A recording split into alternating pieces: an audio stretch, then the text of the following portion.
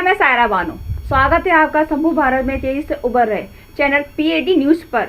आइए शुरुआत करते हैं आज की खास खबरों से। आगरा सर्वश्रेष्ठ प्रधानाचार्य के लिए राज्यपाल पुरस्कार से सम्मानित वरिष्ठ शिक्षाविद और साहित्यकार डॉक्टर अरुणा गुप्ता की अब तक 14 साहित्यिक कृतियां प्रकाशित हो चुकी हैं।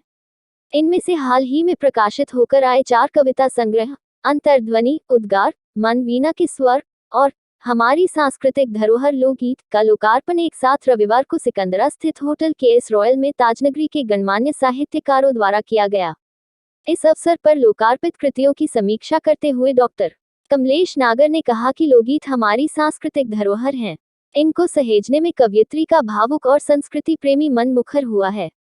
डॉक्टर शैलबाला अग्रवाल ने कहा कि कवयित्री ने विविध विषयों की सरस एवं हृदयग्राही अभिव्यक्ति की है। उनका चिंतन पक्ष अत्यंत स्पष्ट है। डॉक्टर मधु भारद्वाज ने कहा कि मन वीणा के स्वर की कविताएं संस्कार और पौराणिकता को स्पर्श करती हुई वैज्ञानिकता के तर्क पर खरी उतरती हैं। यह कविताएं सकारात्मक ऊर्जा और प्रेरणा देती हैं। कुंवर अनुराग की अनुपस्थिति में उनकी समीक्षा को डॉक्टर शैलबाला अग्रवाल ने प्रस्तुत करते हुए कहा कि अरुणा जी की प्रत्येक रचना पाठक को नया व शोधपरक दृष्टिकोण प्रदान करती है और पाठक अनायास ही उनकी रचना से जुड़ जाता है।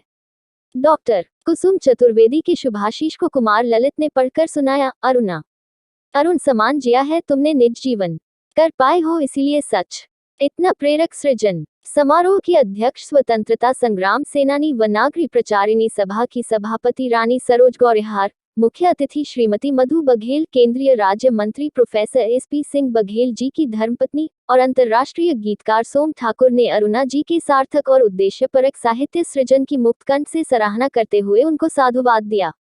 शुरू में मां शारदे की सुमधुर वंदना और अंत में आभार व्यक्त करने की भूमिका का सुंदर निर्वाह युवा चिकित्सक डॉक्टर शुभांजलि सेन ने किया। कवि कुमार ललित ने संचालन किया।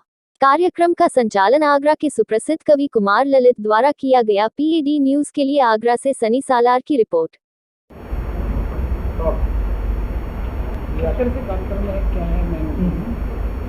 आज यहाँ पर डॉक्टर अरुणा गुप्ता जी हैं, जो साहित्यकार भी हैं और एक कवित्री भी हैं। उन्होंने अपने मन के भावों को पन्नों पर उतार कर रखा है। उनकी 4 पुस्तकें अभी प्रकाशित हो रही हैं, जिसमें हम लोग आए हैं उद्गार, हमारी संस्कृति की धरोहर, अंतर्ध्वनि और मन वीणा के स्वर।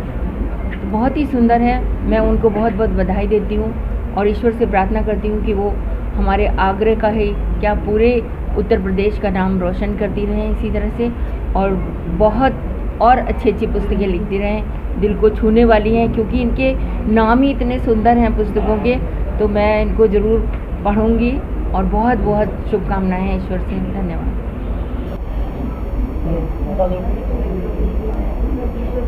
क्या नाम है मैम आपका? डॉक्टर अरुणा गुप्ता। आज जो मीटिंग रखी गई है, आपने बुलाया सब कार्यक्रम, क्या कार्यक्रम किया गया? मेरी 4 किताबों का आज विमोचन है। मैंने 4 पुस्तकें लिखी हैं। इस कोरोना के दौरान में घर में बंद रहे तो एक सृजन हुआ और वो 4 किताबों में उतर आया। कितनी किताबें आपके द्वारा लिखी गई? मेरे द्वारा 9 किताबें गीता के ऊपर लिखी गई और उसके बाद एक गीता का कैनवास सन 18 में आया और उसके बाद ये 4 किताबें। में कोई पुरस्कार आपको दिया गया सरकार द्वारा? इन किताबों पर तो कोई पुरस्कार नहीं है, अपनी सर्विस में मिले हैं मुझे जरूर राष्ट्रपति और राज्यपाल पुरस्कार। संसार में इसका क्या संदेश है, क्या उद्देश्य है? सांस्कृतिक धरोहर में जो हमारे लोकगीत बिल्कुल विलुप्त हो गए हैं, जो रस्मों में, विवाह की रस्मों में, जन्म के अवसर पर, तीज के अवसर पर गाए जाते थे, वो बिल्कुल विलुप्त हो गए थे। तो वो सब जितने पुराने गीत हैं उनका मैंने संकलन किया है। और भी 4 किताब है और कितना समय लगा इसको सीखने? मुझे इसमें 6 महीने का समय लगा। अभी और आगे भी लिखना चाहेंगे? मैं हाँ लिख रही हूँ और अभी बहुत सारा है जो अभी आने वाला है, जिसमें मेरे उपन्यास आने वाला है और हमारे कुछ मेरे संस्करण जो मेरी ज़िंदगी में सर्विस के दौरान रहे वो मुझे। आपने किताब का नाम अंतर्ध्वनि लिखा है। अंतर्ध्वनि इसलिए कि जब कोई बहुत संवेदनशील मन होता है, जब किसी चीज़ को देखता है तो अंदर एक आवाज़ जाती है, जिसे आर्तनाद कहते हैं, और उस आर्तनाद से एक आवाज़ निकलती है जो अंतर्ध्वनि है, और अंतर्ध्वनि उद्गार के रूप में कविताओं में जाती है। तो ये ये थी आज की खास खबरें। हमारे चैनल पीएडी न्यूज़ की खबरों से लगातार जुड़े रहने के लिए हमारे चैनल को लाइक करें, सब्सक्राइब करें। फिर होगी मुलाकात अगली खबर पर। तब तक के लिए दीजिए इजाज़त। नमस्कार।